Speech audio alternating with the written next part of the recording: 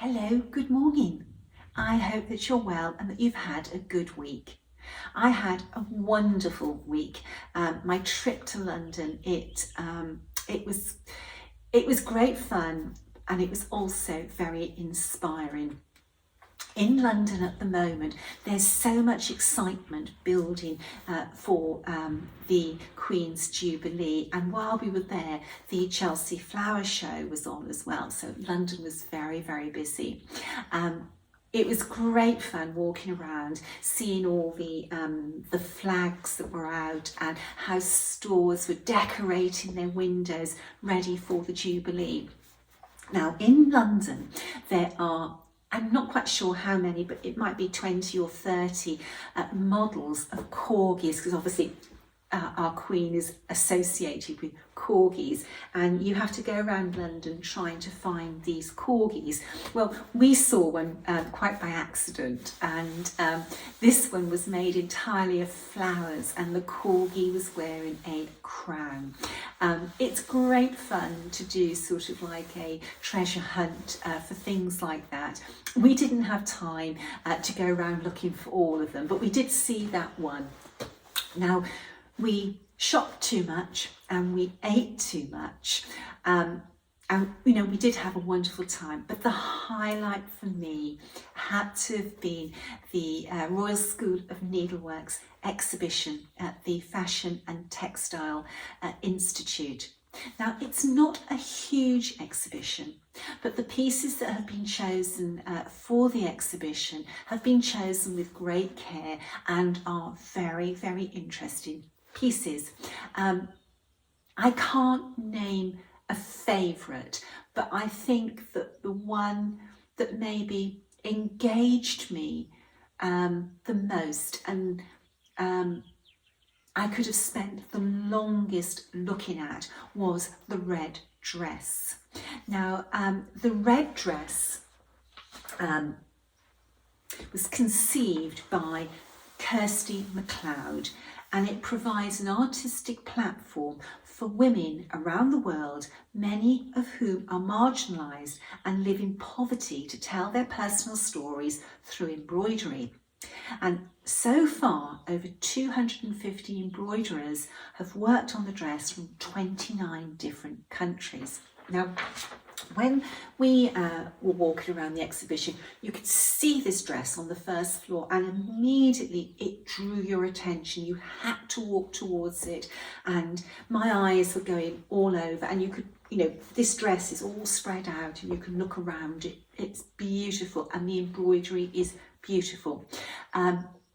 But there was also a video playing about the dress, and once you had listened to the video and you heard the story behind the dress, you had to go back and you had to study the dress again, and you got more and more out of what you could see. And that's just how it is with samplers. When you know the backstory behind the piece of work, it means so much more. This dress was amazing, and when you started to, it was a massive embroidery, but when you focused in and you looked at a panel or a patch, a section, you could see the story that had been embroidered in that, all the individual little stories. It was amazing. I think I could have stood there the whole day just studying that dress. Now, the section where they were focusing on embroidery as therapy, that was very, very interesting. And it's a very sort of tender scene where they have this model who is a serviceman who had been in World War I, and he was sat there embroidering, and it was just sort of, it just went to your heart. We all understand what our needlework means to us and how good it is for our own mental health and inner calmness and tranquility. Needlework is very, very therapeutic. And it was very interesting to see and read about the work that the Royal School of Needlework did for soldiers who were recuperating through shell shock and through physical injury. So that was very touching. The exhibition section on lingerie, the embroidery on the lingerie, it was so beautiful, and it was, you know, done on beautiful silks, with silk, and there was a lot of embellishments. You know, there was crystals, there was sequins, there was pearls. It was beautiful. That lingerie must have been so expensive to buy, because it must have taken so long for the ladies working in the Royal School of Needlework to embroider it. You wouldn't put that type of lingerie in the washing machine. It was very beautiful, and it's probably a bygone age now where women wear such things on an everyday, well, probably not an everyday basis, but you know, you would only probably wear something like this, the average woman, maybe on your wedding day. It was beautiful anyway, you know, really gorgeous embroidery. Now, what interested me the most as a cross stitcher, you saw what you thought were 3 samplers in the case, but when you went up and looked at them, they weren't embroidered samplers, or stitched samplers I should say. These 3 pieces of linen were stamped designs of samplers. So interesting. I have, these were all for coronation celebrations. Now I actually have in my collection a beautiful sampler that was embroidered for a coronation. And it is embroidered, not cross-stitched, and it's absolutely beautiful, and it's always fascinated me. I can spend a long time looking at this sampler because of the workmanship and the variety of stitches that are in it. Now, the 3 that we saw, one of them was on a low count, and I believe was intended to be cross-stitched. But the other 2 were on an extremely high count of fabric, and those were intended, I believe, to be embroidered. I used my phone to blow up what was in front of me so I could zoom right in and see the weave of the fabric. It was so interesting. It's lovely to be able to see behind the stitches, and the 3 being unstitched was, you know, very, very interesting. Anyway, there was a lot more you could see, all very interesting, and they had a really lovely shop in the Institute where some pennies were spent. When we finished at the exhibition, we walked along the road to Borough Market, and Borough Market is a food market, and the smells, the sounds, the sights, it was really, really interesting. If I lived in London, I think that would be a great place to sort of shop. There was all food from around the world, and there was food being cooked, so you know, street food that you could eat, and a wonderful selection of olive oils and balsamic vinegars and breads and cakes and coffees and cheese. The cheese was amazing, and the fruit and vegetables that were there, again from all around the world, some really exotic stuff. We had a table reservation for lunch, otherwise I think that we would have had some street food there, but we tried to be good. But on a bakery stand, they had some beautiful desserts, and we ended up buying a custard tart. Well, it wasn't actually a custard tart, but it was sort of like a custard tart, very soft custard that had on top some caramelised almonds, and we asked them if they would cut it in half, and my friend and I, we sat watching the world go by, eating this dessert. It was delicious. Absolutely delicious. But anyway, afterwards we went and we had lunch in the Shard on the 32nd floor at Hutong's, and we sat there talking about the exhibition, looking at the amazing view. Now the photograph I'm showing you is actually the view from the ladies' toilets. When you were stood there washing your hands, you were looking out over London. It was quite amazing, it really, really was. Anyway, we did enjoy it very, very much. So if you are in London this summer whilst the exhibition is on, it's worth a trip. What else happened this week? Well, being away, I didn't really have much time to stitch. I didn't take any stitching with me. There was no time to stitch. But this week, I have done some more work on Sarah Milthorpe.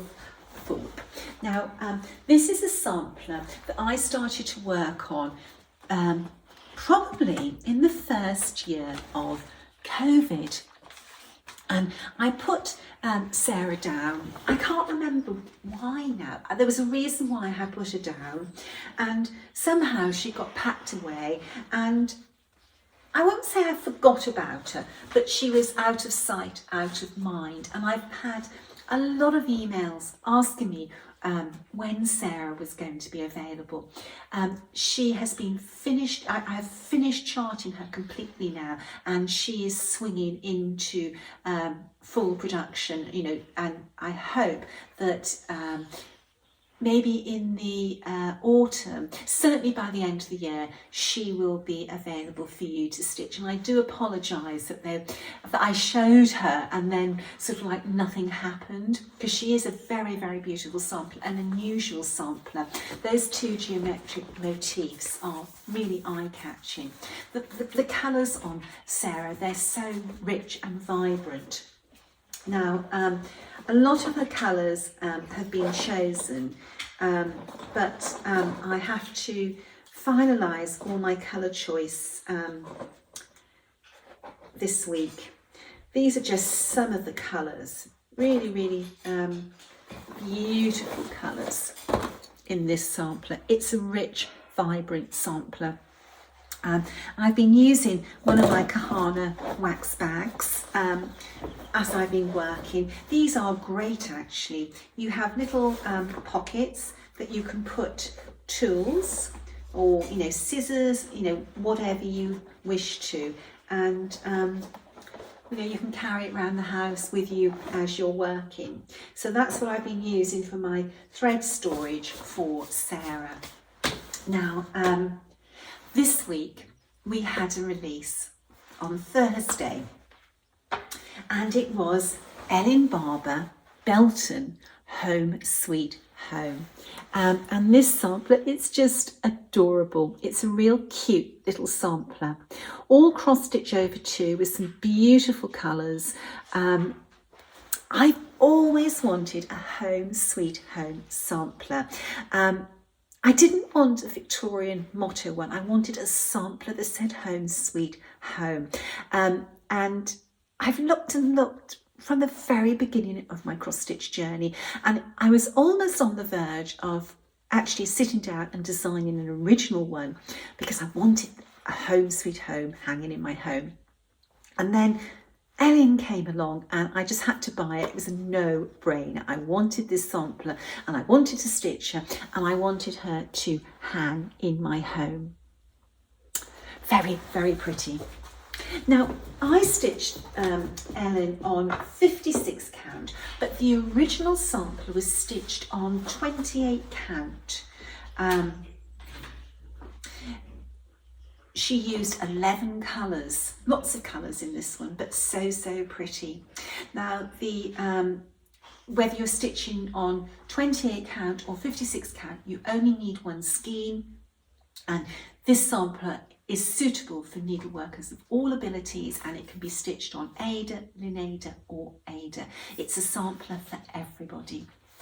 The stitch count is 103 by 119. So if you stitched her true to the original sampler, she would be 7.36 inches by 8.5 inches.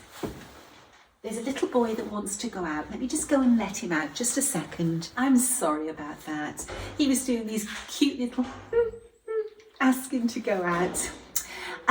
Now, we know a little bit about Ellen because she put on her sampler Belton, which is where the sampler was stitched, and the year. We were able to find her. Ellen Barber was baptised on April the 19th, 1885 at Burr Castle in Norfolk. She stitched her sampler when she was 10 years of age in Belton, and we know that at this time the schoolmistress was a Miss Norton, so Ellen probably worked this sampler under her supervision. Her parents were James, who was a seaman, and Claire. We know that Ellen married Alfred George Edwards when she was 18 on the 19th of December 1902. In the 1911 census, he was working as a railway goods porter, and the family had relocated to 72 Mount Street, Henley Grove in Rotherham, which was Yorkshire. That was quite a move for somebody at that time, and I believe that they moved because of Alfred's job. Now, Alfred and Ellen lived in Rotherham for the rest of their lives. They had 5 children, and they both died in 1958, and Ellen was 72. Bless her.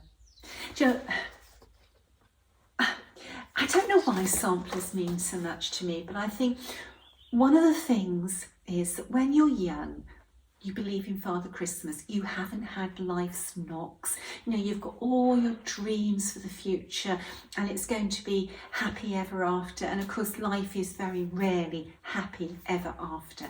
But I really do hope that for Ellen, you know, it was home sweet home, and that her home was a happy place for her. Oh, he is such a cute little sampler. I love the little dividing rows that she stitched between her alphabets. Very, very pretty. Very, very pretty. I loved it. And I loved her colour choices as well. When I looked at this sampler, I wondered if maybe I should have chosen a slightly lighter fabric to show off the colours a little bit more. I'm not sure. You're always seeking perfection with your needlework. Anyway, Ellen is available as a PDF and as a printed booklet. She's a quick stitch. She's a wonderful travel project for this summer. She really is. I've had a few goodies come in the post. Probably the most exciting things are some scissors. Now, temptation is a terrible thing, really terrible thing. And a little while ago, I said I finished collecting Monsieur Roulet's scissors, and then, of course, Hobby House Needlework had that batch of scissors for sale. Could I resist? I tried, I failed, and I ended up buying 2 more pairs. The box on this one is beautiful. Now, with Monsieur Roulet's scissors, the boxes are all individually made for that pair of scissors, and these boxes are all hand carved to fit the scissors in. So those are so pretty, really, really pretty. And then these are so delicate and fine. Look at those. Aren't those pretty? The workmanship on these are amazing. These aren't everyday scissors. Just like high heel stilettos aren't everyday shoes, but you can still get a kick out of looking at them in your wardrobe, even if you don't wear them. They're beautiful. And my next project, I shall be using one of these to start it. Yep, temptation. But there we are. Stitching wise, got some stitching in this week. I really was in the mood to stitch yesterday and I got quite a bit done. Probably the most significant thing I got in was the rest of the border. So we have the true size of the sampler here now. I finished off this motif which I showed you last week. I put this one in, then I did the border and I've put this one in, and I'm going to work this one upwards. This little girl, she was all over the place with her counting, and she made a lot of errors. I think that she might have been working on fabric that was a little bit too hard for her to see. I think she really struggled seeing the holes, and therefore there's some places where she's gone over 1, she's gone over 3. Not that it was intended, but that it is accidental. So she's been a little bit of a Tinkerbell to count. And I want to get my placement right. So I feel now that with the way that the motifs flow up this left-hand side, it would be better to work upwards.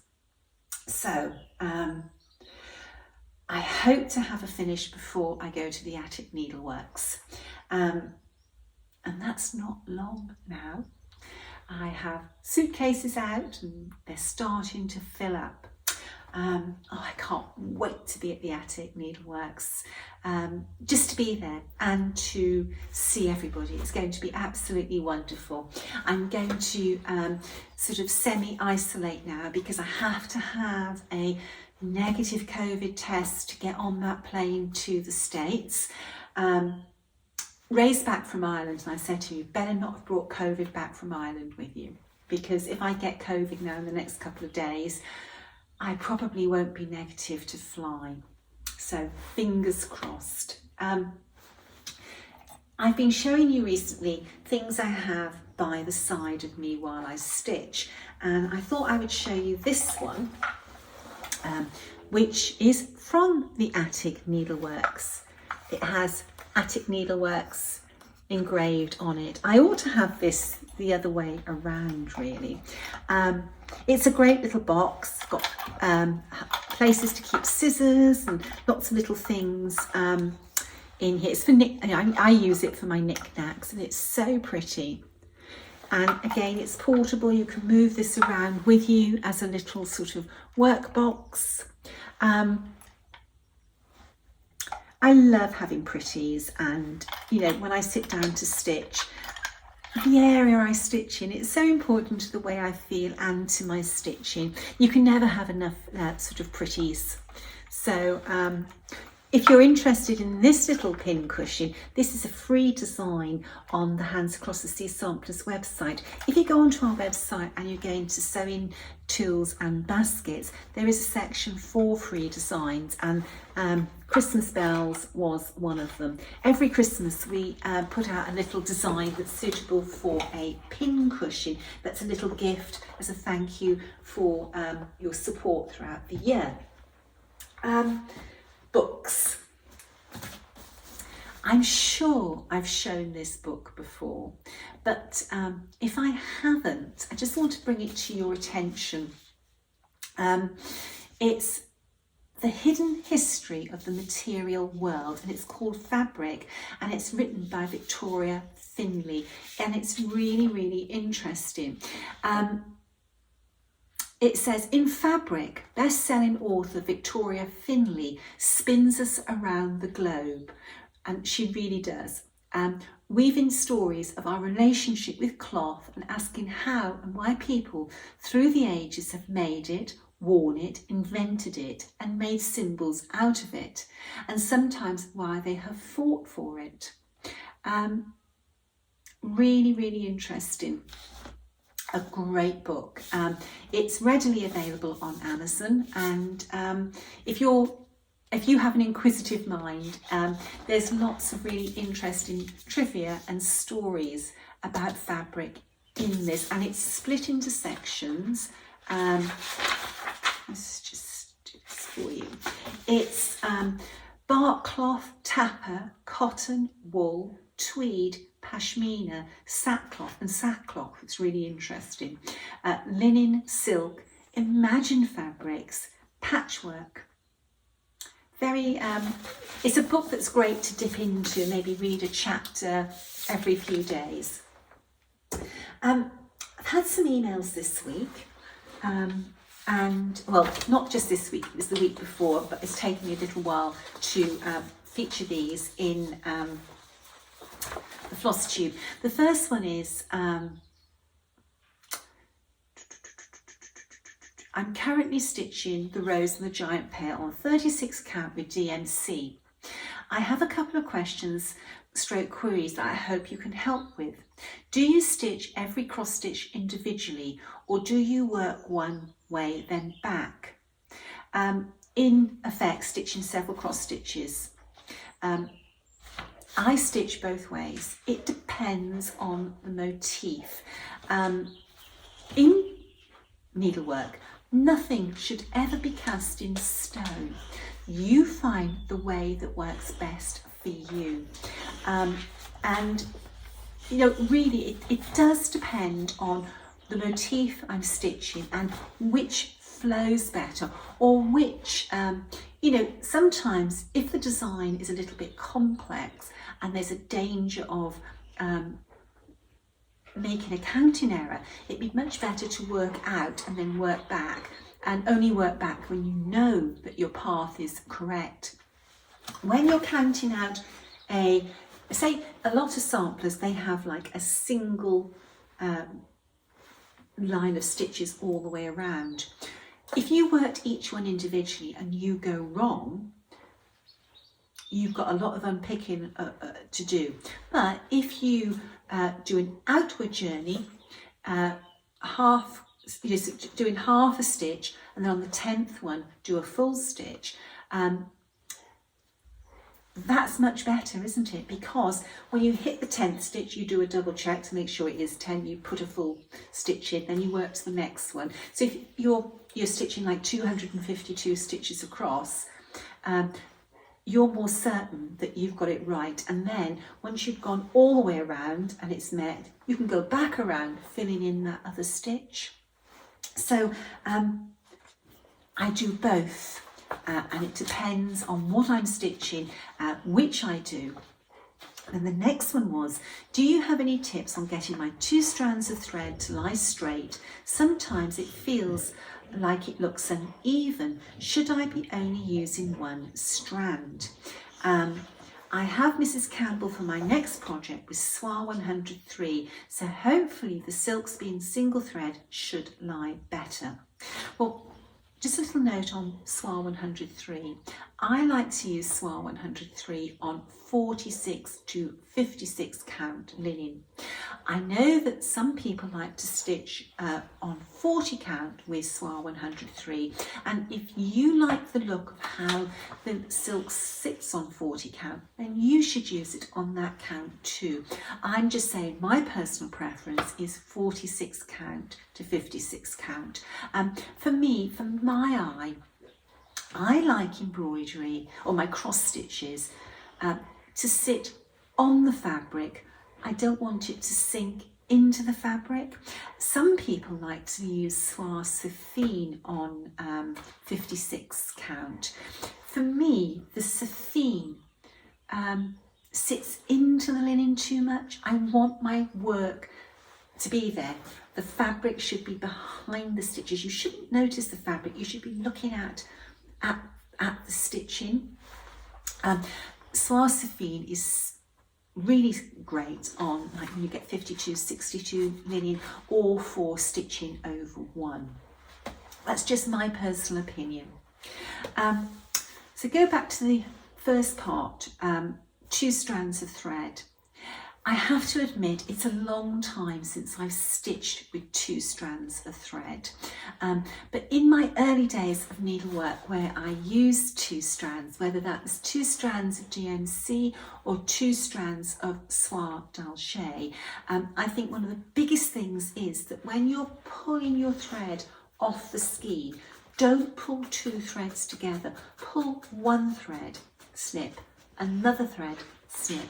Or if you do pull 2, separate them and then put them together and let them drop naturally. How those 2 threads hang together will reflect how they sit together on your fabric.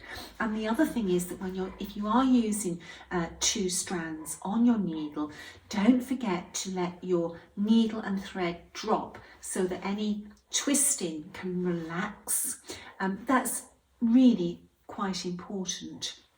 But the other thing to think about, if you're using, say for example, you were stitching on 32 count with 2 strands of soie d'Alger silk.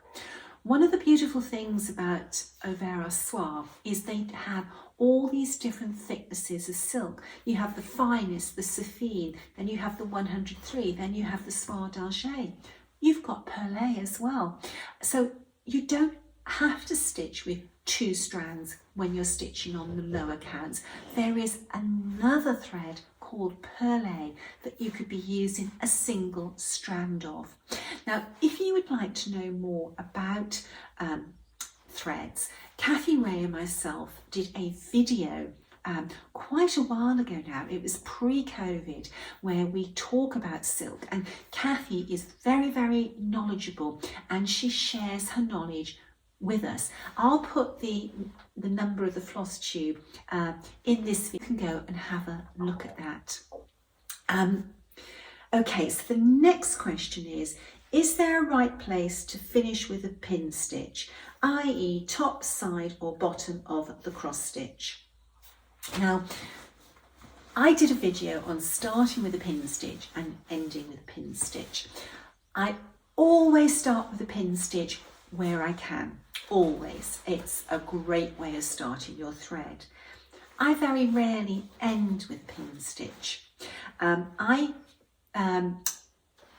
end with a pin stitch when there's nowhere to bury your thread. So if you had, say, an odd single stitch, it's ideal to end with a pin stitch then, and it makes no difference where that is on your stitch. So I think probably the most natural place for me would be on the sides, but there's no reason why you couldn't do top and bottom. If you say you had 2 stitches together, I would end with the pin stitch in between those 2 stitches because there would be less chance of it being visible. I hope that makes sense.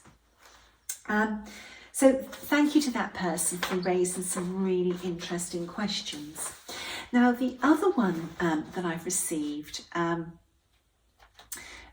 when I did a video earlier this month, we talked about Hardwick Manor hoops and the vintage Queen hoops. I was on about when I travel. And this lady said, online, when I researched Hardwick Manor hoops, I noticed them in various shapes, for example, rounds, ovals, squares and square rounds. In one of your Sunday videos, please let us know what shapes and sizes of Hardwick Manor hoops you like and when the ones, shape and size you use are relevant. The shape that you use will depend on what you're stitching on. I love the vintage Queen hoops, and I think out of all of them, this little one is my favourite. I use a hoop mainly when I'm travelling, and I stitch a lot on aeroplanes. Well, I haven't in the last 2 years, but I'm hoping to this year. But basically, this little hoop, it just sits in your hand. That is a great size and shape of hoop to use. But I have oval hoops. again, you know, if you were stitching on some banding, an oval hoop is a great way to stitch because, you know, it's just wide enough to fit on the banding but long enough to give you a good exposed area. I don't possess a square or a square round hoop. I only have circular ones and the squishy oval ones. And in the Hardwick Manor hoops, I only have circular hoops. I don't have an oval. But gosh, these hoops, they are very good hoops. Now, if you wanted to see what's available size-wise and shapes, if you go to Access Commodities website and go into the section of hoops and frames, you'll see them all there. Now, Access Commodities, they are wholesalers. You will not be able to buy from them, but you can go on and see what they do. And if you see the size and shape that you like, you can then approach your needlework store for buying it from them. These hoops are works of art. They're so well made. They are substantial frames that will last a lifetime. Like these queen hoops. I'm sure this queen hoop wasn't this colour when it was first used. This queen's hoop has deepened with the patina from the oils from somebody's hands as they've used them over the decades. And your Hardwick Manor hoop will pick up a beautiful patina as you use it. You will find this hoop would be so much better than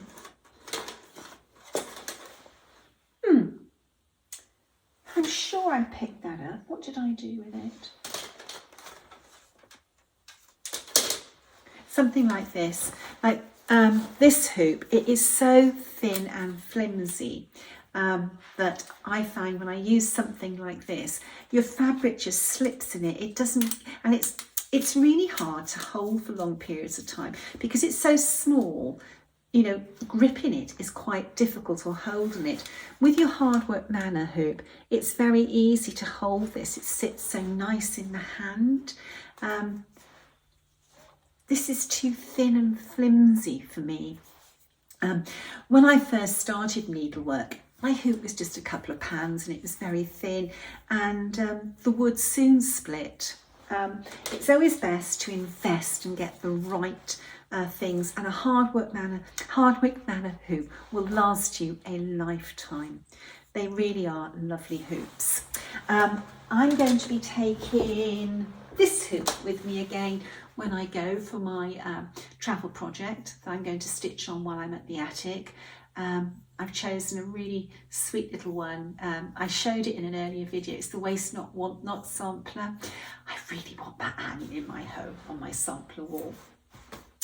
Okay, I had a postcard from Malaysia in the week, and it was somebody who stitches my designs and enjoys my Flosstube videos, and they were on holiday in Malaysia, and they visited the national level craft fair, and they said there were so many batik fabrics to purchase, and they ranged from traditional to modern designs, and that postcard was from a fabric in the craft fair. Very pretty.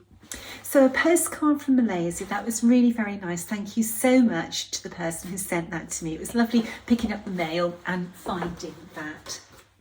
Malaysia is a country that I think I would find very fascinating, but have never been to. Okay, I think I have probably been talking an awful long time now, and those dogs have been so patient. They're both here, and one's flat out and the other one's lying down looking out of the window. Stay safe, stay well, and if God is kind, I'll be back next week with a new video and hopefully a finish. Fingers crossed. Until then, bye-bye.